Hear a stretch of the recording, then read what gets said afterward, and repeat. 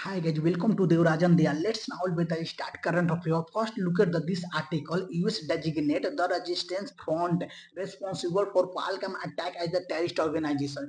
जो पहलगाम पर अटैक हुआ था, जो कि terrorist organisation the resistance front ने अटैक किया था, उसको यूएस ने डेजिग्नेट कर दिया, एक ग्लोबल टेररिस्ट ऑर्गेनाइजेशन डिक्लेयर कर दिया। हालांकि बहुत अच्छी बात है जो कि यूएस ने ये डेजिग्नेट किया, द रेजिस्टेंस फ्रंट को ग्लोबल टेररिस्ट ऑर्गेनाइजेशन डिक्लेयर किया, जो इंडिया के लिए एक बहुत बड़ी मतलब डिप्लोमेसी की जीत हुई है। इंडिया और यूएस का जो रिलेशन अब लगता है कि मतलब थोड़ा सा अच्छा हुआ है। इसके पहले जो इंडिया और यूएस का रिलेशन जो कि टैरिफ को लेके मतलब थोड़ा सा खटपटाहट चल रहा था, उसको देखते हुए जो अभी काम किया है, जो यूएस ने टेररिस्ट ऑर्गेनाइजेशन के लिए जीरो जीरो टॉलरेंस स्टेप लिया, वो मतलब इंडिया के लिए एक बहुत बड़ी जीत की बात है। अब बात करते हैं, हालांकि इस स्टेप को इंडिया ने वेलकम किया है। India welcome US listing the resistance front as a global terrorist outfit, जो ग्लोबल टेररिस्ट आउटफिट डिक्लेयर किया गया है, जो यूएस के द्वारा, उस इंडिया के लिए एक बहुत बड़ी जीत की बात है। एक्चुअली क्या हुआ था ना, कुछ दिन पहले यूएन में ग्लोबल द रेजिस्टेंस फ्रंट को मतलब एक ग्लोबल टेररिस्ट ऑर्गेनाइजेशन डिक्लेयर करवाना चाहता था,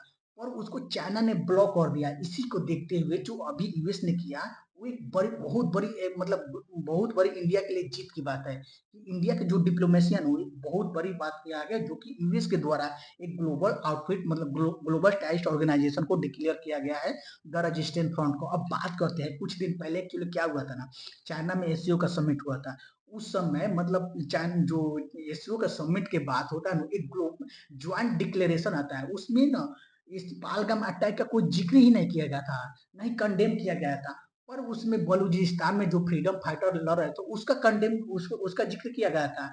पर जो कश्मीर में पहलगाम अटैक हुआ था, उसका कंडेम नहीं किया गया था। इसी के चलते जो राजनाथ सिंह है, हमारा डिफेंस मिनिस्टर राजनाथ सिंह, उसने उस डिक्लेरेशन इश्यू का डिक्लेरेशन पर साइन करने से मना कर दिया। हालांकि इसके बाद जो क्वाड का समिट हुआ, उसमें चारों देशों ने कंडेम किया जो कि पाल इंडिया के कश्मीर में पहलगाम पर अटैक हुआ था, जो कि हमारे निहत्तर 26 लोगों की जाने गए थे। अब बात करते हैं कि जो एक तो क्वाड ने भी कंडेम किया, उसके बाद ब्रिक्स में भी जो कि BRICS leader condemn Pahalgam attack as a reject double standard, जो भी double standard in the counter terror, जो भी ब्रिक्स में एक्चुअली क्या होता है, ब्रिक्स में चाइना भी है। तो चाइना नहीं चाहता है ना कि मतलब इन जो जो पालगाम में अटैक हुआ था, उसको मतलब ब्रिक्स में किया। पर इस समय ब्रिक्स के जो भी मेंबर है ना, वो सबने कंडेम किया कि जो पालगाम पे अटैक हुआ था, जो पाकिस्तान के द रेजिस्टेंस फ्रंट ने अटैक किया था। हालांकि जो द रेजिस्टेंस फ्रंट है, ये लश्कर तैयबा का ही पार्ट है, और पाकिस्तान में से बहुत सारे टेररिस्ट ऑर्गेनाइजेशन है ऐसे। इसको और इसके पहले भी मतलब और टेररिस्ट ऑर्गेनाइजेशन को ग्लोबल टेररिस्ट ऑर्गेनाइजेशन डिक्लेयर किया गया है, यूएन के द्वारा भी और यूएस के द्वारा।